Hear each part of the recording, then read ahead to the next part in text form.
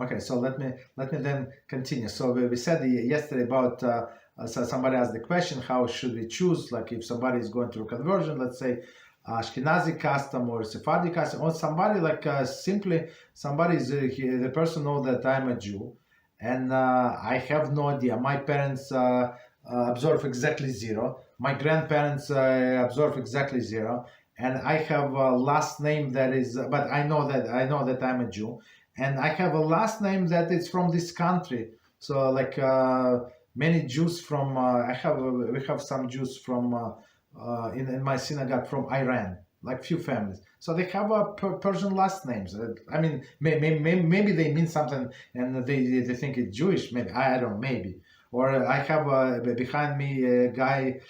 He's from Mexico, right? Mexico. He has a like Spanish last name. You understand? So in a case like that, for example, I mean, the guy behind me, so he knows his roots, right? But let's say a person does not know and he wants to choose, and he has a Sephardic or Ashkenazic choice. So until he or she may make the choice, so whatever we teach in our classes, it's like basic of the basics.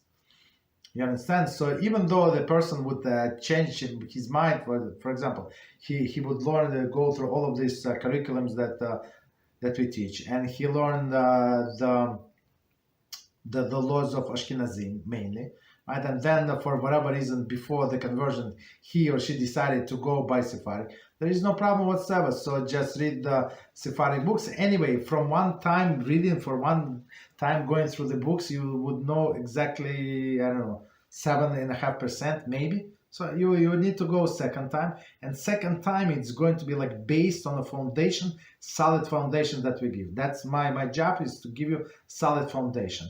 And I would say 90% of the rules are the same. I gave yesterday just extreme examples, but just to show that there is a difference. But in most of the cases, there is no difference, or like very minute, insignificant difference. So the basic is the same, and later on, so usually not always, but usually the Sephardic custom are more lenient.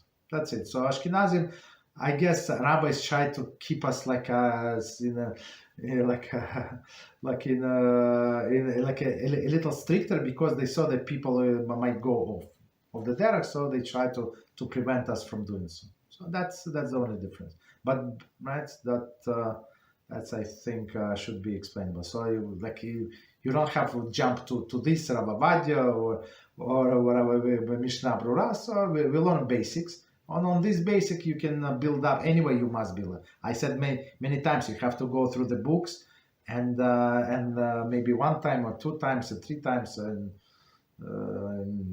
many times. Okay, so that is just to keep everybody in ease. So you're not going to miss anything, and if anything, you're going to just to like clarify some points. I give you example, and another example like difference.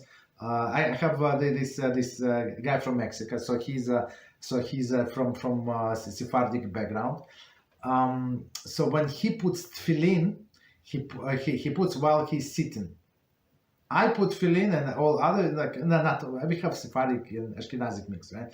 In the place where I go. So I put tefillin standing. That's same tefillin. I mean, of course, no, tefillin is a little different inside. I'm not sure what's the difference. I don't remember what is the difference, but same passages, same. I don't know what's the difference. Whatever, that does not make any difference. I mean, like minor difference, but that's between me and him, like the only difference. That's it. All right, so just want to add some clarification so we don't have like